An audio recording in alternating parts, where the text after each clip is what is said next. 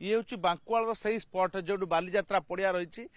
ही encounter रही देखुं encounter समय स्थिति केते भयंकर होता जो गाड़ी पड़ रही जो गाड़ी को पिछा करता कमिशनरेट पुलिस लुटेरा माने लुटपाट करने यही गाड़ी फेरार होते से गाड़ी पड़ रही ये खोका देखुं जो खोकार से पुलिस को आक्रमण कले दुईटी 9mm पिस्तल रे पुलिस को प्रथम आक्रमण कले भुवनेश्वर लुटपाट कले पुरी रे लुटपाट कले 20 मार्च रे से प्रथमे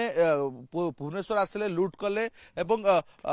तापरे पुरी रे लुटपाट कले एवं पुनर्बार बिहार फेरी गले ए सोनू यादव एवं मनीष यादव ए दुई जन को नारे 15 रु ऊर्ध्व मामला राज्य रे रही एवं सबुठु बड़ चैलेंज थिला बिहार रु आसी राज्य राजधानी लुटपाट करी कमिशनरेट पुलिस को खोला चैलेंज देउतले एवं काली तार जवाब दिया जाय जे पुरी रे लुटपाट करी से माने फेरी थिले एवं भुवनेश्वर रे लुट पई उद्यम करुथिले सेही समय रे स्पेशल स्क्वाड हाबुडे पड़ते और गतकाल जो पिछा करता स्पेशल स्क्वाड यही स्थान में राति 10टा समय से आसी पहुंची